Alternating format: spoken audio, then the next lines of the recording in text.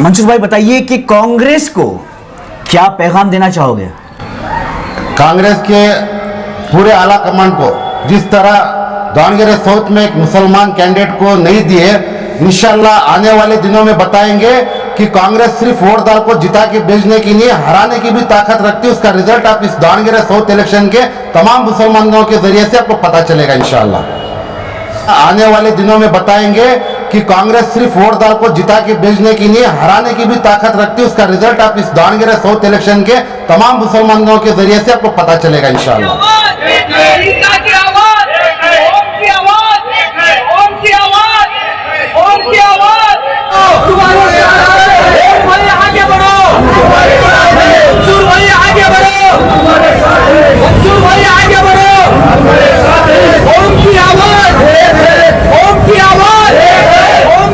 इनको क्या कहना चाहोगे जिन्होंने आपको जो है वादा खिलाफी की है?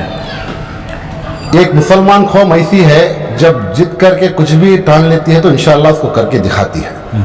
हमारा मकसद हर बार भी कांग्रेस को जिताना था, जिता के लेके आई, और हर बार भी हम लोग वोट डाल के जिताते हैं, वो भी मालूम है, और इंशाल्लाह हराने का भी मालूम है। तो इस बार मैं कांग्रेस के हाईकमांड से आपके जरिए से ये अपील करता हूं कि जो ये री इलेक्शन आने वाला है इसको इस बार आपको तो हार पक्की मिले। Hello everyone, the I news में आपका स्वागत है। मैं इब्राहिम आपके साथ। दावणगेरे साउथ बाईपोल इलेक्शन जो है शुरुआत हो चुकी है। उम्मीदवारों की रफ्तार जो है दुगनी बढ़ चुकी है, और इस वक्त मेरे साथ यूए मंसूर अली हैं जो कांग्रेस के जो है एक रिबल कैंडिडेट है।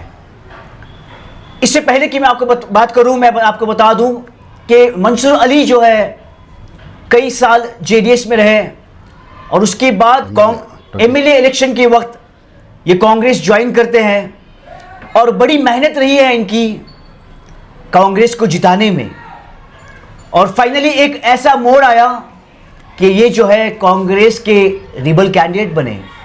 अब खुद जो है इंडिपेंडेंट कैंडिडेट बनकर दावणगेरे साउथ का इलेक्शन लड़ने वाले हैं।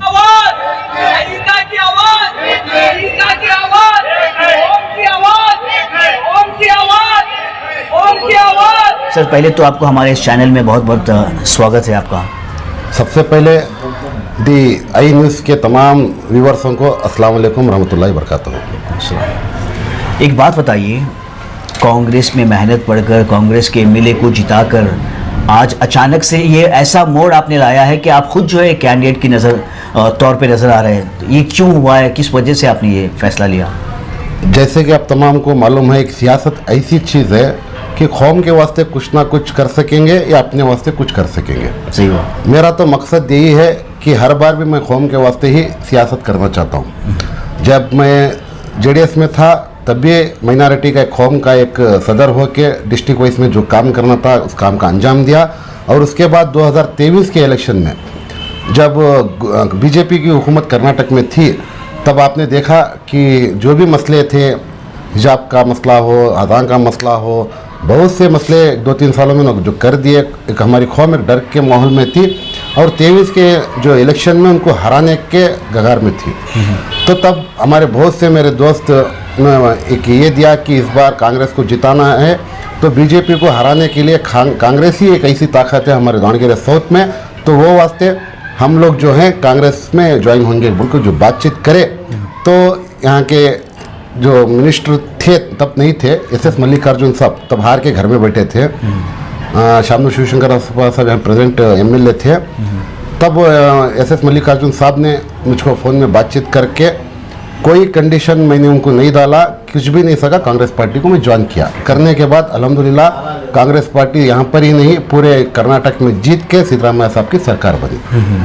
और जो 24 के इलेक्शन में भी एमपी में भरपूर हमारे पूरे लीडर्स हमारे तमाम मुसलमानों की ताकत की वजह से 98 में एक बार शामनू शिवशंकर अप्पा साहब जब एमपी जीते थे, उसके बाद 2024 यानी 26 साल के बाद पहली बार यहाँ पर कांग्रेस एमपी जीतने की कगार में।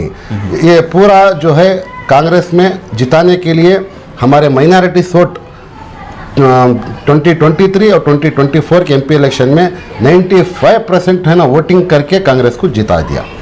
जब शामनू शिवशंकर अप्पा साहब का इंतकाल हो गया तो बहुत से हमारे उम्मीदवार इस बार बहुत भरोसा रखे कि कांग्रेस से हम ना माइनॉरिटीज़ को इस बार टिकट देंगे कि बोल के बहुत भरोसा थे। जब शामनूर शिवशंकरप्पा साहब जिंदा थे तो बहुत बार उन्होंने कहा था कि इस बार मैं मेरे रहते हुआ मैं एक मुसलमान को एक एमएलए बनाऊंगा बोल के। वो अब बात तो कोई नहीं कर रहे हैं। खैर दूसरी बात तो भरोसा था कि इस बार हमको टिकट मुसलमान को देंगे, कांग्रेस पार्टी हाईकमांड देंगे बोल को भरोसा था।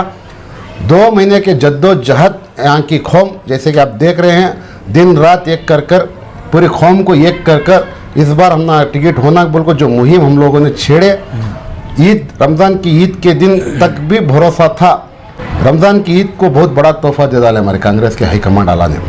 रमज़ान की ईद को बहुत बड़ा तोहफा दे डाला हमारे कांग्रेस के हाईकमांड आला ने कि टिकट मुसलमानों को नहीं, जो घरों में सियासत कर ले के आ रहे हैं 30-35 सालों से, 25 साल के लड़के को उसी को टिकट दे दी। तो आपको नहीं लगता ये गलत हुआ है?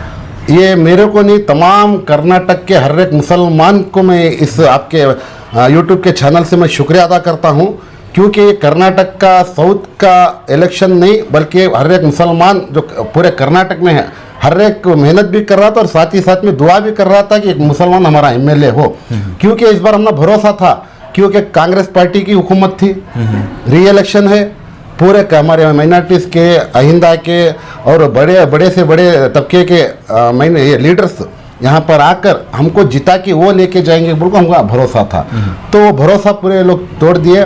मैं तमाम जो भी इस मुहिम में शायद दावणगेरे के साउथ के अलावा जितने भी ताल्लुक से हमारे कम्युनिटी को टिकट मिलना बोल के जो मुहिम उठे, उनका भी तहे दिल से हमारे दावणगेरे के तमाम मुसलमानों की जानिब से आपका शुक्रिया अदा करते हैं। तो इस बार मैं कांग्रेस के हाईकमांड से आपके ज़रिए से ये अपील करता हूँ कि जो ये री इलेक्शन आने वाला है, इसको इस बार आपको तो हार पक्की मिलेगी।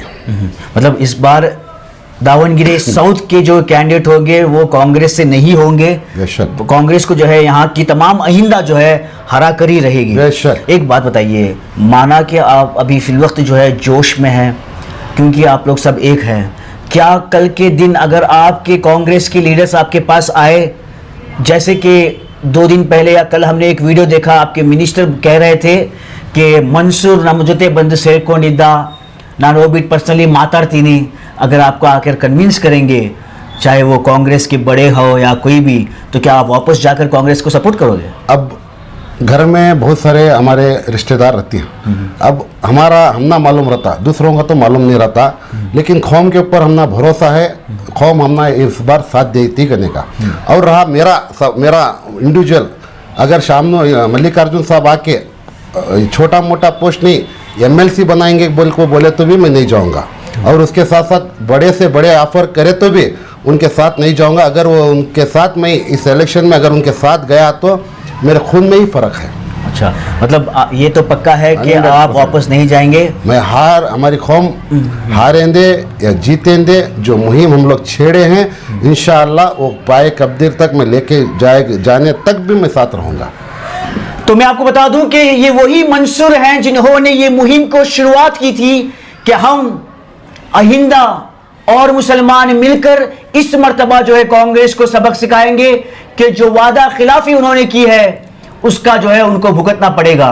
तो मंसूर भाई, एक और बड़ा सवाल यहाँ पर यह है, ये मैं नहीं, लोग जानना चाहते हैं कि आपके साथ जो मुहिम में लोग हैं, क्या आपके अलावा कोई और, चाहे वो पैसा लेकर या इंटरनल सेटिंग कर कर बिक गया तो क्या करेंगे? सब जज्बा ऐसा है हमारे कौम में। मैं आपके ज़रिए से कहना चाहता हूँ कि इस बार जो हमारे मुसलमान को टिकट नहीं दिए, सबक सिखाने के लिए यहाँ के 80,000 वोटर्स हैं, 60,000 वोटर्स मिनिमम वोटिंग करे तो भी एक 15-20,000 वोटर्स आप पकड़ीजिए कि कांग्रेस के मोहब्बत में है। कम से कम 30 से 40,000 वोटर्स कांग्रेस के खिलाफ हैं। वो बहुत से हमारे लीडर्स उनके पास अगर गए तो भी, उनके साथ मिले तो भी, करे तो भी, जो 9 तारीख को वोटिंग का बटन दबाने का रहता ना, तब जाकर क्या काम करना इंशाल्लाह वो करेंगे। आपका उसका रिजल्ट मई 4 तारीख को देखेंगे इंशाल्लाह। अब आवाम भी जाग चुकी है कि उनको हराना है और हमना जीतना है, और हमारी स्ट्रैटेजी ऐसी रहेगी कि इस बार इलेक्शन में हराने के वास्ते हम लोग सोच रहे थे, इंशाल्लाह ताकत ऐसी बढ़ रही है हमारी, दोनों के बीच में इंशाल्लाह हम लोग जीतेंगे, ये आप भरोसा रख सकते हैं। अगर आपको फर्ज करिए कि लोगों ने जिताया तो आपकी तरफ से पहली क्या पहल रहेगी, क्या शुरुआत जो है आप करेंगे यहाँ की आवाम के लिए? देखिए, मैं जब ये मुहिम छेड़ा 2 महीने पहले, मैं हमारे तमाम साथियों जो बहुत से नौजवान है सब भी है, एक हमारे कौम का एक एमएलए होने बोल को सबसे पहले जब हमारे SIR को बोल को ताज पैलेस में चंद सबसे पहले नौजवानों ने किए वहाँ पर आवाज़ उठाए कि इस बार हमारा एमएलए हो बोल के। उसके बाद हमारे महबूबुल्लाह चैरिटेबल ट्रस्ट की जानिब से हमने ओपनली यहाँ के दावणगेरे के ताज पैलेस में इस बार हमारा एमएलए के वास्ते जो भी मुहिम में छेड़ेंगे सब लोग वहाँ पर आकर अपनी अपनी राय पेश करें बोल को। जब से हमने छेड़ा है तब से लेकर आज तक भी कारवां बढ़ते जा रहा है, आवाम बढ़ते जा रही है। अब जो मैं नॉमिनेशन का डालने का मेरा मकसद यही था कि मैं पहले कोई भी इरादा नहीं था इलेक्शन ठहरने के वास्ते, कोई भी हो कांग्रेस पार्टी से करेंगे, लेकिन पार्टी नहीं मिलने के बाद प्लान बी ऑप्शन रखे हम लोग। वो प्लान बी में कोई भी हमारा कैंडिडेट सामने आके ठहरा तो उसको जिताने का हम लोग काम कर रहे हैं। तो उसी सिलसिले से हम लोग बैठे, मीटिंग करे, 15 हमें तो ये सोच रहे थे कम से कम 50-100 लोग नॉमिनेशन डाले, कांग्रेस को पता चले आला कमांड को कि ये बहुत नाराज़ है बोल के, लेकिन कुछ कमियों की वजह से 20-25 लोग ही हम लोग डालने के लिए कामयाब हुए।